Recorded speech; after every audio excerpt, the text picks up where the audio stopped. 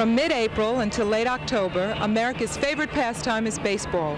Hi, I'm Shirley Bruno, host of Access Spotlight. We're here today at Shea Stadium to talk to one of the best players and best competitors from the New York Mets, Mr. Gary Carter. During the baseball season, Gary Carter was with his wife and three children in Rhode Island. Making a career as a catcher in 1974 when he was drafted by the Montreal Expos. After hitting 106 RBIs in the 1984 season, the Expos traded him for four players to the New York Mets. Some career highlights have been hitting 11 Grand Slam home runs, playing for the National League All-Star team 11 times, hitting third in the National League in RBIs in 1986, catching in 100 or more games for 12 consecutive seasons, and hitting 300 home runs in his career. He is one of the most recognizable faces in the game of baseball. And prior to an afternoon game at Shea, he spent some time talking about his career and his family. How did you get the nickname Kid? Well, that dates all the way back to probably my high school days, just because of my athletic talents and probably just the enthusiasm that I always showed on the field. And I was always known as the Kid. And then it grabbed on as well when I was in my first big league spring training camp, when I was with the likes of a lot of veterans like Tim Foley and Ken Singleton and Bob Bailey and guys like that. And they kind of tagged me as well as the Kid. And it's just stuck with me all through the years. I don't very seldom hear my first name Gary being ever used. It's always Kid. Okay. When you were in high school, is that when you decided to be a catcher? Well, not really. Actually, my positions in high school, I started out as a shortstop my freshman and sophomore years, and then my junior year I became a third baseman, first baseman. I pitched a little bit, and it really wasn't until my senior year that some scouts started coming around the school and thought that maybe my potential was as a catcher. And really my main sport in high school was football. You know, I was an All-American quarterback my sophomore and junior years, and then I tore the ligaments in my right knee my senior year. So I had doubts really for my future in football.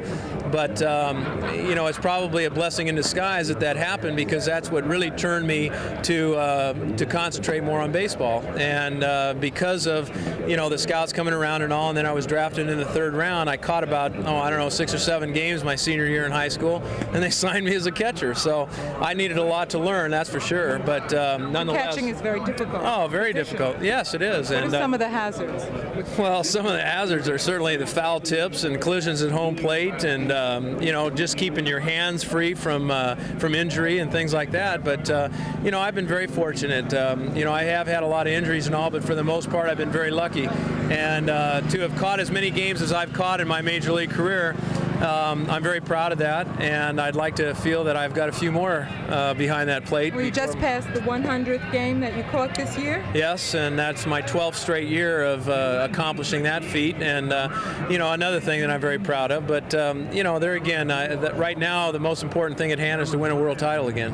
What are some of your greatest moments in baseball?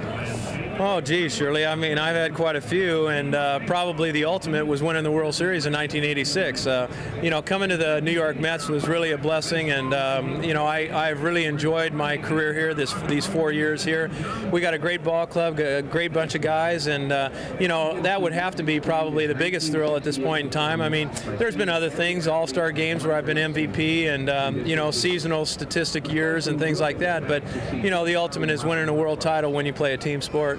How did you feel when you heard that you were traded to the New York Mets? Well, I don't know, a little disenchanted, because I realized that my services were no longer wanted by the team that I grew up with. And I mean, I spent a third of my life with them. And, you know, that's a little bit of a disappointment, but realizing the gains that were going to be made from it, and coming to a ball club that was on the verge of being a world champion, then I was really excited about it. But, you know, when you're with an organization for 13 years and 10 years in the major leagues, and then you kind of realize that they no longer want you, then you got to think, well, maybe this other ball club that I'm going to has that desire, and as it's turned out, they definitely do. So I'm very proud to be a part of the New York Well, Mets. here in New York now, you live on Long Island. So what do you think about living on Long Island? Oh, I love it out there. Yeah, my family is really enjoying the time. Of course, they're only up here during the summer. The kids go to school down in Palm Beach and all, but we got a beautiful home out on the island. We're very blessed that way, and I got a wonderful wife and great kids, and the only thing I've ever wanted for what I've received from baseball and all was to just be able to give these kind of things to my family. And fortunately, like I said, we've got a great home, and it's nice to be able to go home to, because I'm kind of a homebody, and my home is my castle, and that's where I can let it all hang out and spend the time with the family, some good quality time, and especially with my wife. You've also been able to give of your time for different foundations. What is the most important work that you do outside of baseball? Well, probably the most important is, of course, with the Leukemia Foundation, and I've been involved with the Leukemia Society for a number of years, about 4 now, where I'm the national sports chairman for them, and I personally have raised over $500,000 for them, and they've continued to make advanced researches and have really come a long way. And I really believe if my mother was living today, that she would probably have been able to be put in total remission. And so I'm very proud of what has transpired through all of that, and I'd like to believe that there's going to be continued advances made, and maybe there will be a final cure one day and beat this dread disease of leukemia. I've read your book, A Dream Season by Gary Carter, about the '86 World Series. It was terrific.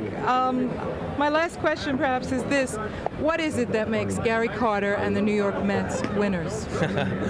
Well, there's a lot of talent here, but there's also a great deal of pride, and I think that in looking at it all, it's just a matter that with that pride factor, everybody wants to win, and when you have that going for you in the chemistry in the ball club, that makes the success of a team. We've got a great pitching staff as well, and we got the ways and the will to want to win, and I think that really attributes to the kind of success that we've endured so far.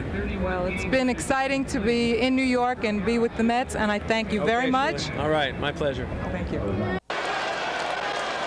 Remember, Gary called out with that breaking ball. He might be looking for it now. Fastball. High drive into left field. Rice is looking up. She is gone. Home run, Carter.